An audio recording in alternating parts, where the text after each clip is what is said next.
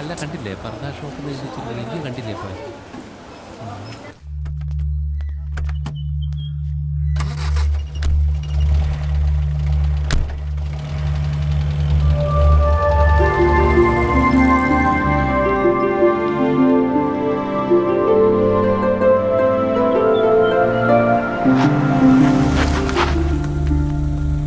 ആയിഷ വേം വാ, കേറ് കേറ്.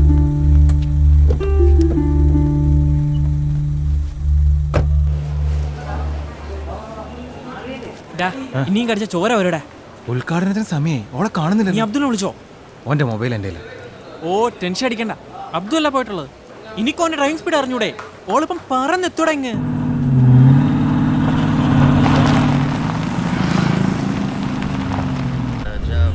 അബ്ദു കുറച്ചുകൂടി സ്പീഡിൽ പോയിക്കൂടെ? ആഗ്രഹം ഇല്ലാണ്ടല്ല പെങ്ങളെ, ഇതൊന്നും നീങ്ങണ്ടേ? ഒരുമാതിരി രാഹുൽ ദ്രാവിഡ് ടെസ്റ്റ് കളിച്ച പോലെ.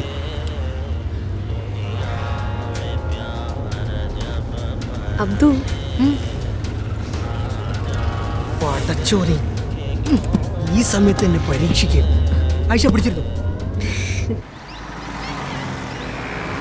സീതപ്പള്ളിയിലായിരുന്നല്ലേ? സന്ധ്യയോടെ പഠിച്ചു. എന്താ ലേറ്റ് ആയത്? റെയിൽവേ ഗേറ്റ് കുടുങ്ങി പോയി.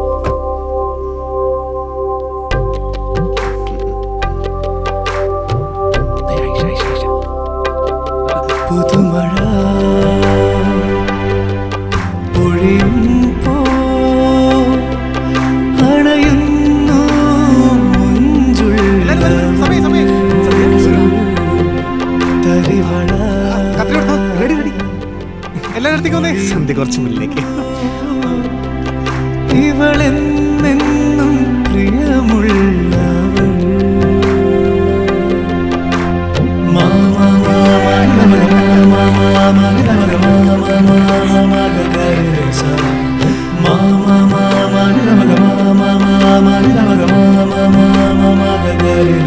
പുതുമഴ പൊഴിയുമ്പോ അണയുന്നു മുഞ്ചുള്ളവൾ തരിവള മൊഴിയുന്നു ആയിഷ ഇവളെന്നെന്നും പ്രിയമുള്ളവൾ.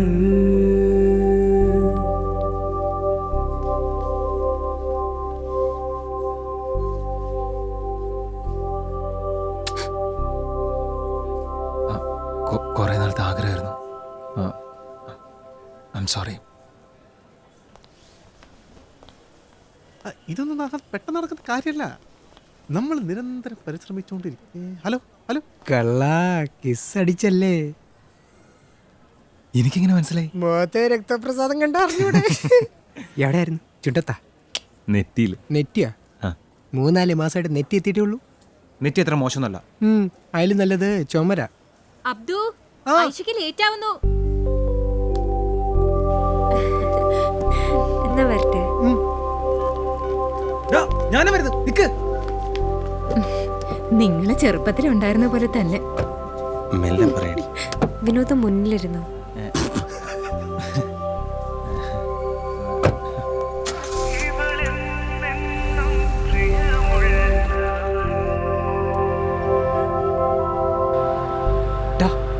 കണ്ണാടി തിരിച്ചു വെക്കടാ, പുറകിൽ വരുന്ന വണ്ടി കാണണ്ടേ? പുറകിൽ വരുന്ന വണ്ടി കണ്ടിട്ട് എന്തിനാടാ? ഇനി മുന്നോട്ടല്ലേ പോകുന്നു? മുന്നോട്ട് നോക്കി ഓടിക്കും.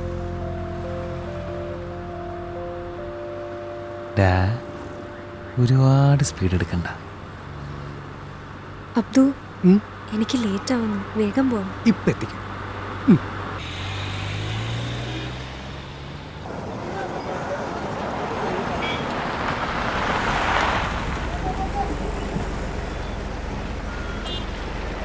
എല്ലാം ഉഷാറായിട്ടുണ്ട്. നാളെ ഒരു ഹർത്താൽ കിട്ടിയാൽ മതിയേനും. ശരിയാ, ഈ ആഴ്ച ഒരു ഹർത്താൽ. ആ പിള്ളേരുടെ വണ്ടിയിൽ ഒരു പെൺകുട്ടി ഉണ്ടല്ലോ.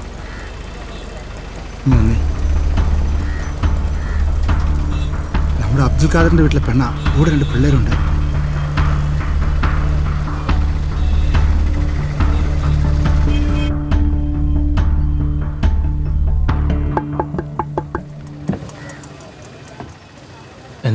നിങ്ങളെ പേരെന്താ? വിനോദ്. ഒരു മിനിറ്റ്, ഒന്ന് സംസാരിക്കണം. നിങ്ങൾ വരി.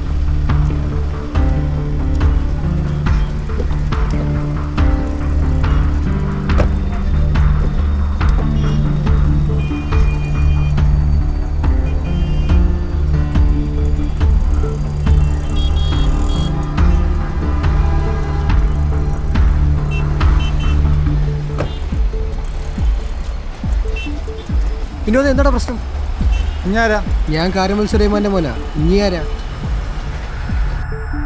കുറെ സദാചാരക്കാർ ഇറങ്ങിക്കോളും. ഇത് പാകിസ്ഥാനൊന്നുമല്ലല്ലോ, ഇന്ത്യയല്ലേ. ഇനി വാടാ, നമ്മുടെ നാട്ടിൽ നമ്മളോട് കളിക്കാൻ പുല്ലന്മാര്.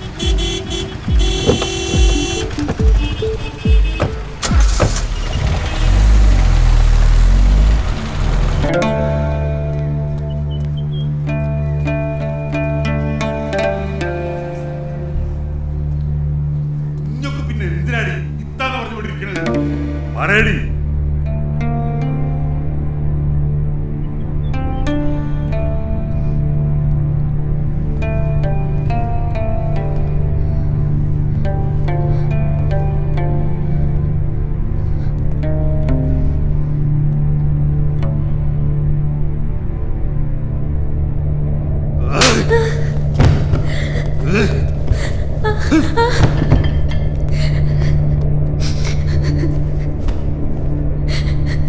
വെളിച്ചം കാണിക്കരുത് മോളെ.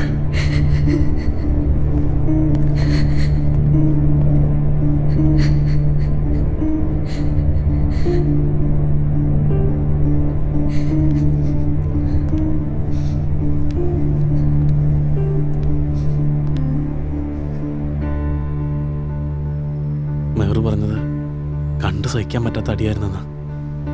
പ്രായപൂർത്തിയായൊരു പെണ്ണോട് എങ്ങനെയാടാ ഇങ്ങനെ? ഉച്ചയ്ക്കുള്ള ഭക്ഷണം കഴിക്കാൻ കൂട്ടാക്കിയില്ല. അതിനയാൾ റൂമിൽ കയറത്തല്ലേ. ഇതും ബെൽറ്റും ഉണ്ട്. ഇനി എന്ത് തീരുമാനിച്ചാലും നമ്മൾ കൂടെ ഉണ്ടാവും. പക്ഷെ തൽക്കാലം ഇവിടെ നിന്ന് മാറണം. ഖാദറിന്റെ ആളുകൾ ഏത് നിമിഷം ഇറങ്ങും എന്നെ അന്വേഷിച്ച്.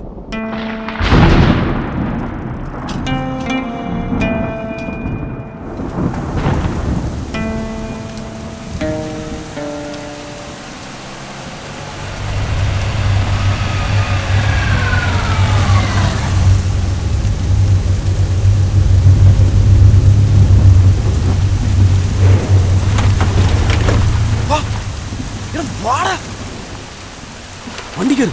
എന്താ കാര്യം? പുഴക്കരയിൽ ആളുകൾ ഗുരുതരാവസ്ഥയിലാണ്. എന്തുപറ്റി? മാലിന്യം സംസ്കരിക്കുന്ന പ്ലാന്റ് തകരാറിലായി അബ്ദുൽ ഖാദറിന്റെ ഫാക്ടറിയിൽ.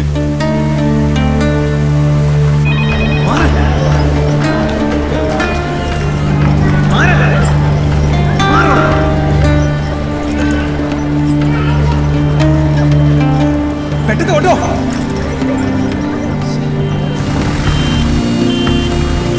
അമ്മമാരും കുട്ടികളോടക്കം 10-25 ആൾക്കാർ അതിനകത്ത് ഇപ്പൊ കിടക്കുന്നത്. പേരും പണം ഉണ്ടെങ്കിൽ ഇവിടെ ആർക്കും ആരെയും പേടിക്കണ്ടല്ലോ. കേസും കോടതി നിയമമൊക്കെ എന്നിട്ട് ഓന്റെ പഠിക്കുമോ? ഇല്ല, സമ്മതിക്കാൻ പാടില്ല. അബ്ദുൽ ഖാദറിനെ വെറുതെ വിടാൻ പാടില്ല.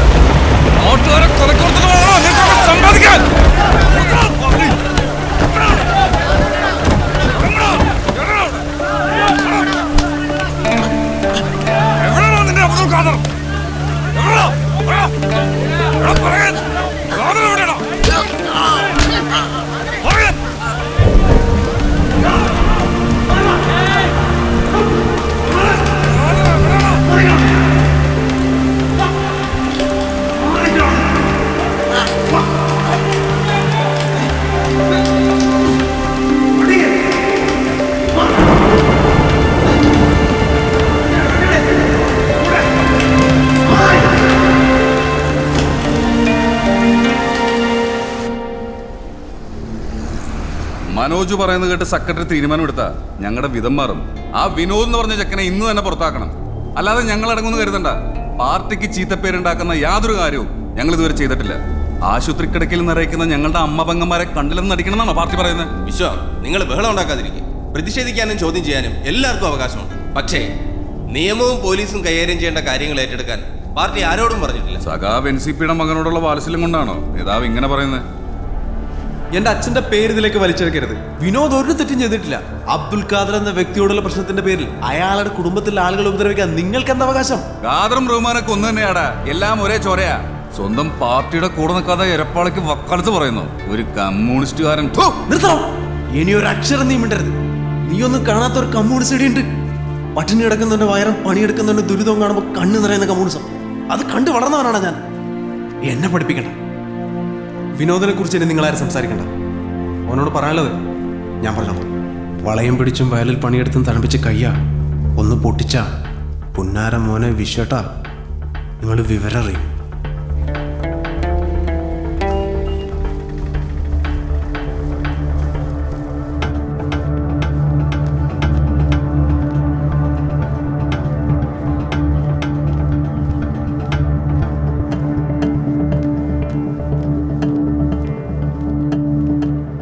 എന്നോട് മുറിയിൽ നിന്ന് പുറത്തിറങ്ങരുതെന്ന് ഞാൻ പറഞ്ഞിട്ടില്ലേ? മുത്താപ്പ ഇവിടെ വെച്ച് വേണ്ട.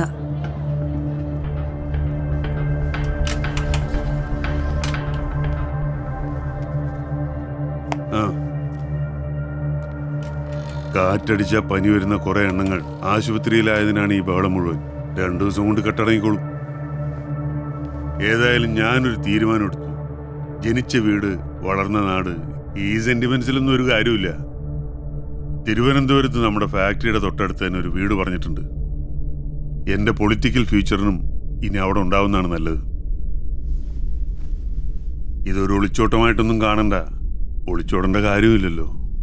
കൂടുതൽ ശക്തിയോടെ തിരിച്ചു വരാനുള്ള ഒരു ചെറിയ മാറ്റം, അത്രേ ഉള്ളൂ. എന്താ എൻ്റെ അഭിപ്രായം? ഇക്കയുടെ രാഷ്ട്രീയത്തിനും ഭാവിക്കൊക്കെ അതാണ് നല്ലതെങ്കിൽ അങ്ങനെ ആയിക്കോട്ടെ. എൻ്റെ ഭാവിക്ക് വേണ്ടി മാത്രമല്ല, മക്കളെ അടിച്ചു വളർത്താൻ അറിയാത്ത എന്റെ പിടിപ്പോടുകൊണ്ട് വഷളായ എന്റെ മോളുണ്ടല്ലോ, അവളുടെ ഭാവിയും കൂടെ കരുതിയാ ഞാനീ പറയുന്നത്.